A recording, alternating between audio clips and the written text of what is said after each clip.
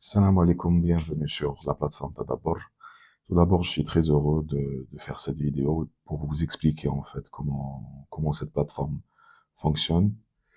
Alors, c'est quoi Tadabbur? En fait, Tadabbur, c'est un outil moderne, intelligent pour explorer, organiser et approfondir vos réflexions autour du Coran. Sur cette première page, vous choisissez simplement la langue dans laquelle vous souhaitez utiliser l'application, arabe, français ou bien anglais. Ce choix permet à Tadabbur d'adapter toute l'interface et tous les outils à votre langue préférée. Et puis, pas d'inquiétude, de toute façon, même si vous voulez changer la langue plus tard, vous pouvez le faire dans les paramètres directement. Alors, nous allons choisir, on va commencer avec la langue française, puisque je présente la vidéo en langue française. Maintenant, nous sommes sur le tableau de bord. On va commencer par créer un projet. Alors, vous avez le bouton Nouveau projet et vous avez un bouton Importer. Ça, c'est pour plus tard. C'est-à-dire qu'à un certain moment, si vous voulez sauvegarder une copie sur votre ordinateur et l'envoyer par email à quelqu'un qui veut l'ouvrir ou bien pour lui faire voir vos réflexions, vous pouvez le faire naturellement. Alors, on crée un nouveau projet. On va l'appeler... Allez, on va juste faire un test Myriam. Et on appuie sur Entrée. On arrive sur l'interface la plus intéressante. Alors, vous avez des bulles comme ça, qui sont dénommées bulles. Vous voyez sur le côté gauche, sur la barre latérale du haut, sur le côté gauche, vous avez bulles plus son. Alors, vous avez des bulles, comme ça, vous pouvez noter ou écrire tout ce que vous voulez. Bon, pour l'instant, on va laisser vide, mais on va revenir très, très, très rapidement sur ça. Et vous avez aussi des sous-bulles que vous pouvez aussi mettre à côté ou bien comme vous voulez. Vous pouvez connecter ces bulles-là entre elles pour avoir une vue plus précise en fait des liens qui se font à travers vos réflexions et surtout à travers les versets, parce que c'est ce qui nous intéresse le plus, c'est par la suite d'avoir une vue panoramique organisée de tout ce qu'on trouve ou bien ce qu'on médite.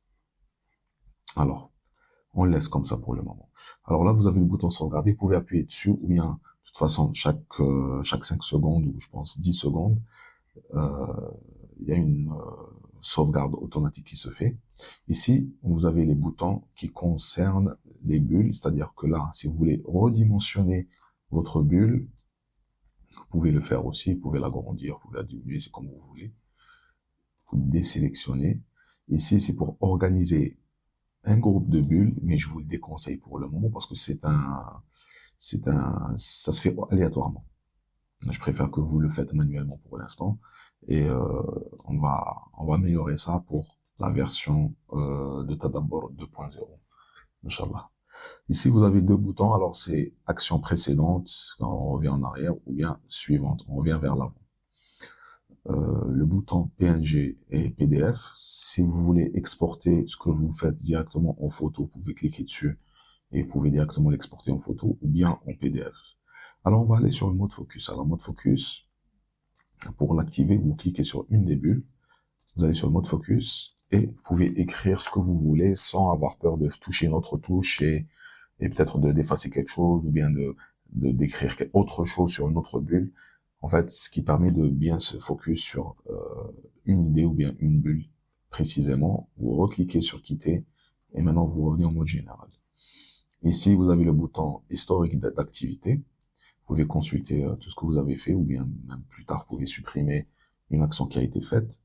Vous avez la galerie d'images. Vous pouvez uploader une image et la mettre devant vos bulles pour argumenter ou bien appuyer votre hypothèse ou bien votre méditation pour comprendre mieux les choses. Et ici, vous avez des outils pour tout ce qui est texte. Alors, on va faire un test tout de suite. On va écrire par exemple, on revient sur Myriam. On va essayer d'écrire en arabe aussi pour vous faire une simulation. Vous pouvez choisir la couleur que vous voulez. On va aller sur le vert. Je sens que avec Myriam, la couleur verte se marie bien. Alors, comme ça, on sélectionne notre texte et on clique sur le surligneur. Et maintenant, vous pouvez comme ça, même si vous écrivez des textes longs ou bien vous avez des versets, si un mot vous interpelle, vous pouvez le surligner de la même couleur pour faire encore plus de connexion et que ça ressort visuellement. Ça ressort bien visuellement. Alors ici, c'est toujours, vous pouvez faire une autre façon de surligner, comme ça. Et ici, vous pouvez carrément effacer ce que vous avez fait. Alors, le 16, c'est pour régler la taille de l'écriture, ça, on peut aller c'est comme vous voulez, pour aller à 20, 40, plus. Par contre, ce bouton-là, c'est pour régler l'épaisseur des liens. C'est-à-dire, on clique sur un lien et on augmente son épaisseur pour qu'il soit visuellement plus visible, on va dire. Voilà, plus visible. Maintenant, on va passer aux outils qui nous intéressent. On va aller sur Coran. Alors, vous avez le Coran présent ici totalement. Alors, pourquoi Tadabbur? C'est maintenant que ça va commencer. Parce que vous pouvez lire directement depuis cette interface le Coran et puis rajouter directement vos versets pour faire des liens entre eux et vos idées et avoir une vue plus simplifiée de tout le tralala, tout ce qui ça bouillonne dans votre tête comme ça fuse d'idées dans votre tête. Ici, vous pouvez l'organiser pour avoir une vue d'ensemble. Et bien sûr, vous pouvez toujours connecter avec ce que vous voulez. Donc, c'est vraiment, ça simplifie le travail.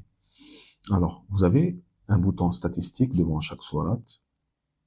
Ce bouton statistique vous permet d'avoir le nombre de lettres dans la sourate exactement avec son ordre de répétition. C'est-à-dire que dans la sourate al-Baqarah, nous avons 4217 alif, etc. Certains n'auront peut-être pas besoin, mais peut-être d'autres vont en avoir besoin. Ceux qui ont un penchant pour les mathématiques ou bien les statistiques, ou bien la physique quantique, je sais pas. Peut-être ils auront un penchant pour ce genre de calcul. Et pourquoi pas faire des découvertes sensationnelles. On revient vers maintenant le bouton Aya. Alors le bouton Aya, vous pouvez écrire, je pense à partir de 2 caractères exactement, c'est à partir de 2 caractères, c'est-à-dire 2 lettres. On va écrire Yam. Et vous avez tous les versets du Coran qui contiennent le mot Maryam, ils sont au nombre de 31. Vous pouvez aussi rajouter directement le verset dans votre interface.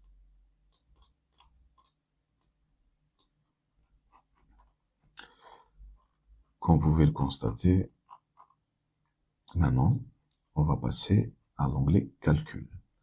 Alors, nous avons, excusez-moi, pour activer l'onglet Calcul, vous cliquez sur la calculatrice, vous cliquez sur Calculer une fois, et on va aussi activer la deuxième méthode de calcul. Nous avons 2 méthodes de calcul. Et on sort. Maintenant, vous avez, par exemple, un verset. Vous voulez faire ressortir ce calcul-là. Ne vous inquiétez pas, on va parler comment ce calcul-là a été fait. Et bien sûr, ce calcul-là, c'est pas moi qui l'a découvert, c'est d'autres personnes, mais c'est avéré que c'est très très très bon. Et peut-être ça aidera d'autres personnes à voir plus clair. Alors, Bismillahirrahmanirrahim. Alors, Bismi 28, Allah 12, Ar-Rahman 36, Ar-Rahim 38. Pourquoi nous avons ces lettres-là? D'où viennent ces nombres-là? Alors, c'est l'ordre de répétition des lettres arabes du plus répété dans le Coran au moins répété dans le Coran. C'est-à-dire qu'on va attribuer à la lettre qui se répète le plus dans le Coran le numéro 1. Et la lettre la plus répétée dans le Coran, c'est le Alif. Et derrière le Alif, vous avez le Lam. On va lui attribuer le numéro 2. La troisième lettre la plus répétée dans le Coran, c'est le Nun. Etc. jusqu'à arriver à la 28e lettre, de l'alphabet arabe. Donc, Le système calcule automatiquement chaque mot du verset et même le nom de la sourate, il est calculé automatiquement. On va faire juste un petit test. On va prendre de Bismillah parce que c'est le verset qui nous intéresse. Fatiha, le nom, il a déjà été calculé. On commence de Bismillah, 28 plus 12 plus 36 plus 38 égale 114. Nous avons 114 sourates. C'est parfait. La deuxième méthode de calcul, c'est tartib tikrar al-huruf muqatta'a. Alors, on va prendre l'ordre de répétition des lettres muqatta'a la plus répétée jusqu'à la moins répétée. Et on lui attribue cette fois pas l'ordre, mais son nombre de répétitions autant que harf muqatta'a. Qu'est-ce que ça veut dire? Nous avons 14 harf muqatta'a qui se répètent dans 29 sourates. Et à titre d'exemple, nous avons le alif autant que harf muqatta'a qui se répète 13 fois. Alif lam mim, alif lam ra, alif lam mim sad, alif lam mim ra, etc. Nous avons par exemple harf sad qui est harf muqatta'a qui se répète 3 fois. Donc on va lui attribuer le numéro 3. Nous avons sad dans kaf ha ya ayn sad, nous avons sad dans sourate sad, il dit sad wal Qur'an des dhikr, excusez-moi, et nous avons alif lam mim sad dans sourate al-A'raf. Donc nous avons 14 lettres qui ont des numéros attribués par rapport à leur ordre de répétition. Le mim s'est répété 17 fois. Donc, bismi, nous avons mim 17 plus le sin, il s'est répété 5 fois autant que harf muqatta. Le ba n'est pas un harf muqatta, donc on lui attribue 0 automatiquement et il nous donne un autre calcul. Et je laisse ça là. Et peut-être d'autres gens vont découvrir autre chose avec. De toute façon, ce calcul-là a été fait et sorti par rapport à ce qu'il y a dans le Coran et rien d'autre n'a été rajouté depuis l'extérieur. Je tiens à préciser cela. Alors, nous avons maintenant, on va passer à autre chose. Je vais juste faire un lien avec Myriam parce que c'est la sourate 19 et nous avons 19 lettres dans Bismillah ar-Rahman ar-Rahim.